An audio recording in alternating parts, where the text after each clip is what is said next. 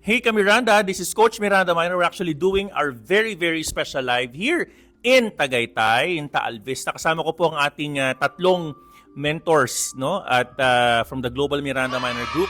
At this is a very special live because meron po silang papansin ninyo, meron silang hawak na bull or bear. It's gonna be our bull and bear scenario questions straight no from your mentors, mga Kamiranda. So, Mentor Vince, Mentor Nell, Mentor A3rd, ready na ba kayo? Ready na ako. Ayan, couple of hotspot questions, Kamiranda. Unang-unang tanong. By the way, instructions lang, no? Ang bear ay pwedeng mag-represent din sa no at ang bull ay pwedeng mag-represent sa yes. Okay? Clear? Clear tayo. Kamusta naman, Mentor AJ? So far, ang experiences na Tagaytay? Busog. Grabe. Busog? Alright. Mentor Nell? Malamig lang. Yun lang masasabi ko. Ang lamig. Maambon no? Masarap kasi libre. Libre. Alright, speaking of libre, masarap. Ituloy na natin ang sarap na yan, Kamiranda. So first question natin, please raise your placards as visible as possible. Alright, unang-unang question, Kamiranda, mentors. Totoo ba na ang pinakababaero sa inyo ay si Mentor Nell? Ayun. Okay, kung hindi babaero si Mentor Nell, totoo ba na ang pinaka-promotor ng pagiging maka-chicks dito ay si Mentor A3rd?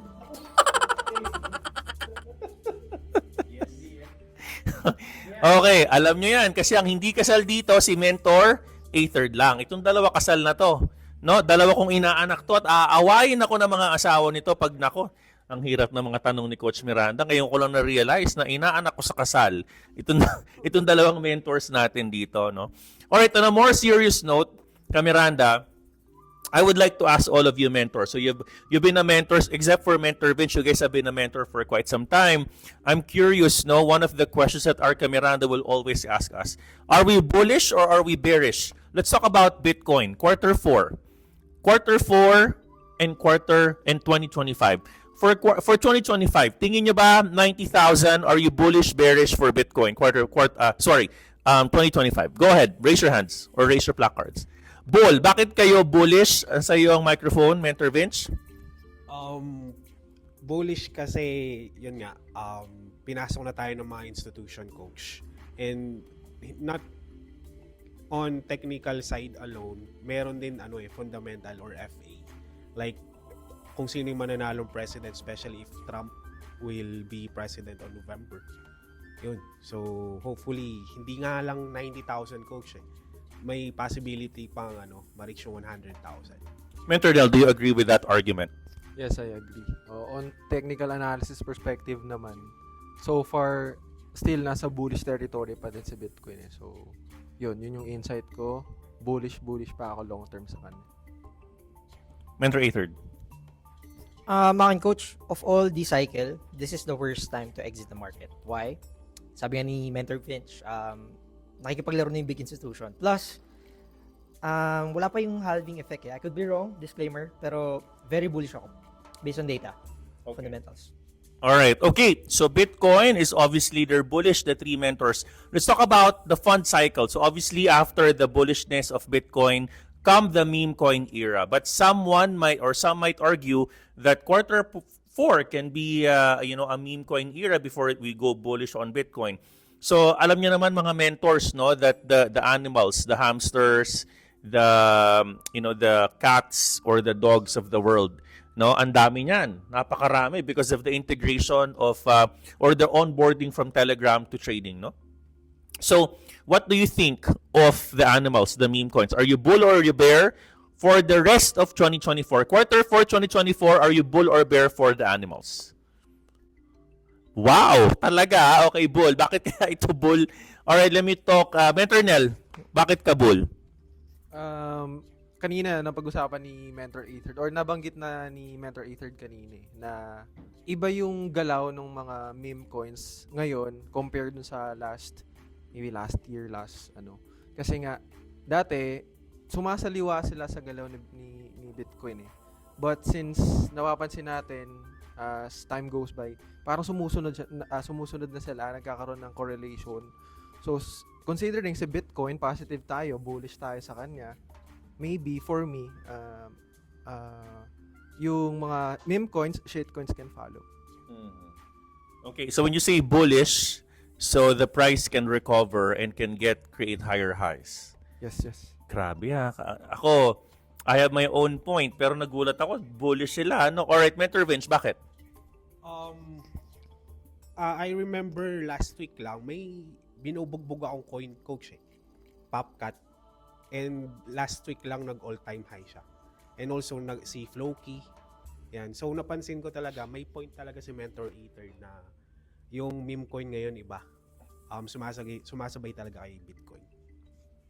Alright, so at this point, I'm gonna be giving 10 coins. Sunod-sunod. Gusto kong itaas niyo yung kamay niyo kung kayo ay bullish or bearish on the token or the coin na sasabihin natin. Disclaimer mga kameranda, we're gonna be raising our placards but it doesn't mean that you're going to buy the coin just because you saw a bull or a bear. Alright, type number 1 naman, kameranda kung naiintindihan mo yan. Okay, mentors ready. Wala na tayong parang fast talk to no, ng mga mentors. I want to see bull or bear. Okay, mga mentors? Alright, number 1. Okay, Ethereum. Okay, Cardano. Okay, naiba si Mentor Nel. Okay, let's talk about Shiba Inu. Okay, naiba si Mentor Vince. Let's talk about dogs. Okay, let's talk about other coins, the layer 1s and layer 2s. Let's talk about XRP. Let's talk about Bitcoin. Alright, let's talk about Toncoin.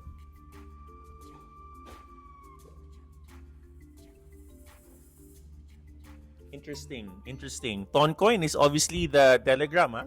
Alright. Okay, let's talk about BNB Binance. Alright. Okay, let's talk about other alternative coins or into DeFi. Let's talk about DeFi. Let's talk about Lido.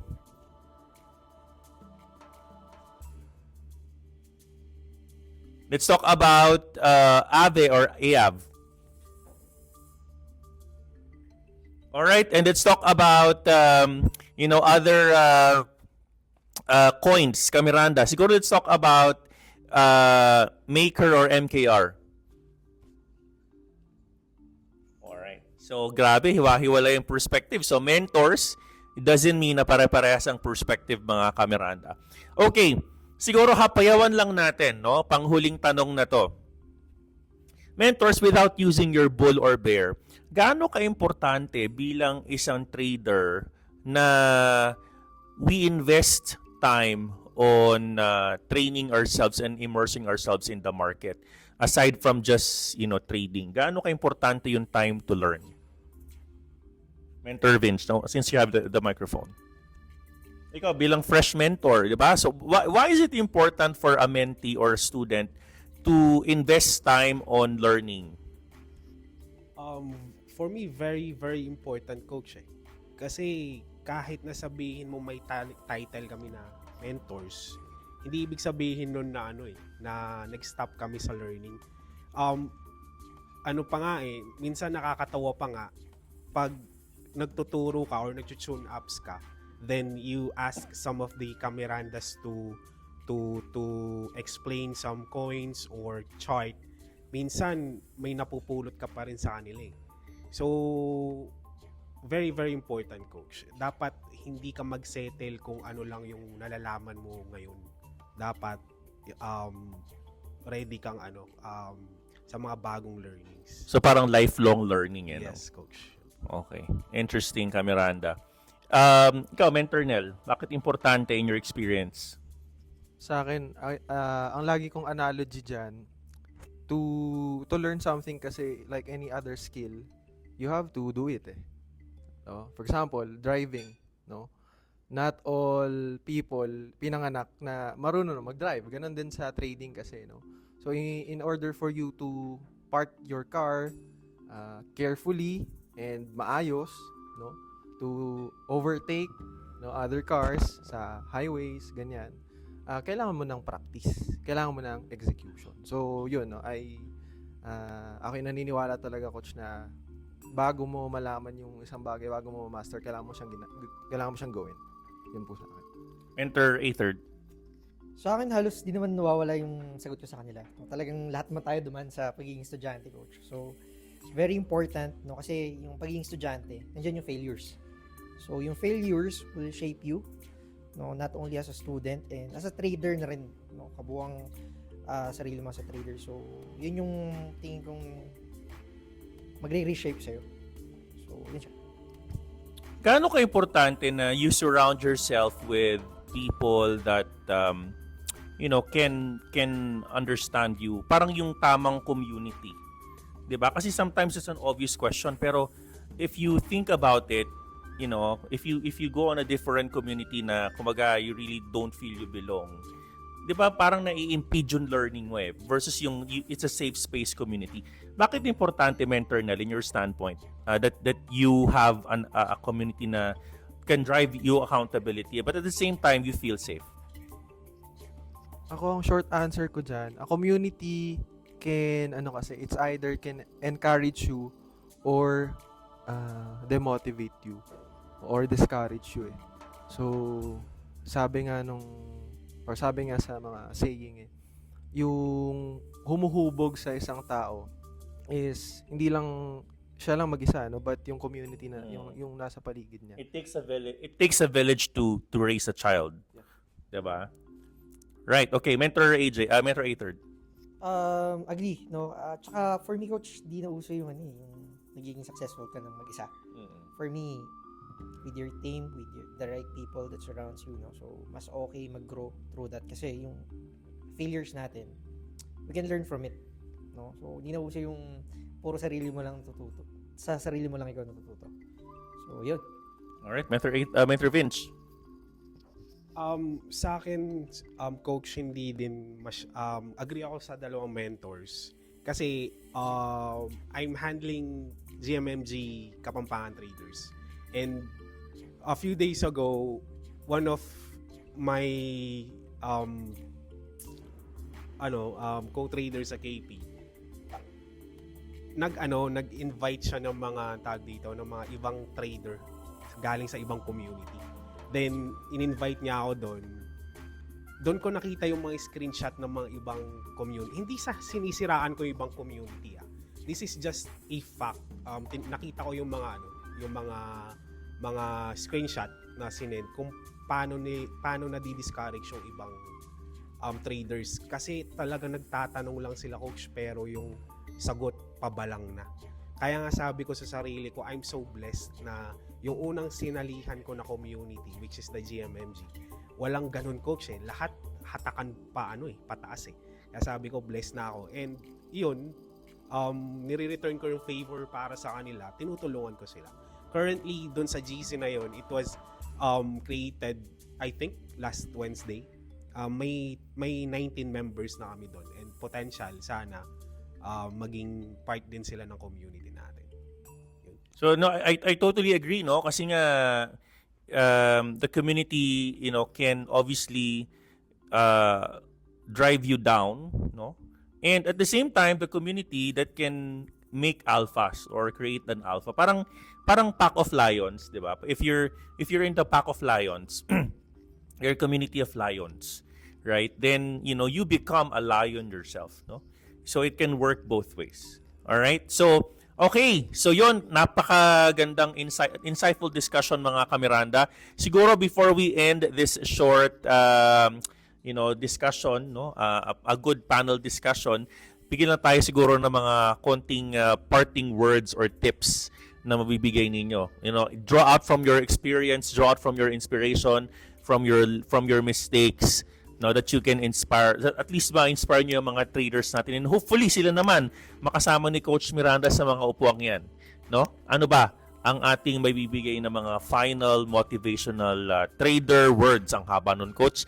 that you can give. Sige, who wants to go first? Tingnan natin. Vince, go ahead. Sa akin, Kamiranda, simple lang, if you wanted to be profitable, give your 101% commitment sa learning, pag-charting, yun. And also, hanap kayo ng mga accountability partner nyo and maging transparent kayo sa kanila para lahat ng losses sabihin mo. Huwag yung winnings. Losses, kasi sa losses tayo matututo. Yun lang, coach. Ganda ng point na yon. Kalakpakan naman natin. Ang galing. Very good, Mentor Vince. Alright, Mentor Nel. Sa akin naman, na-post ko to sa Facebook page ko, na-share ko din sa Facebook group natin. Sabi ko doon, soon, you will realize that trading is not that hard and take so long if you build good habits.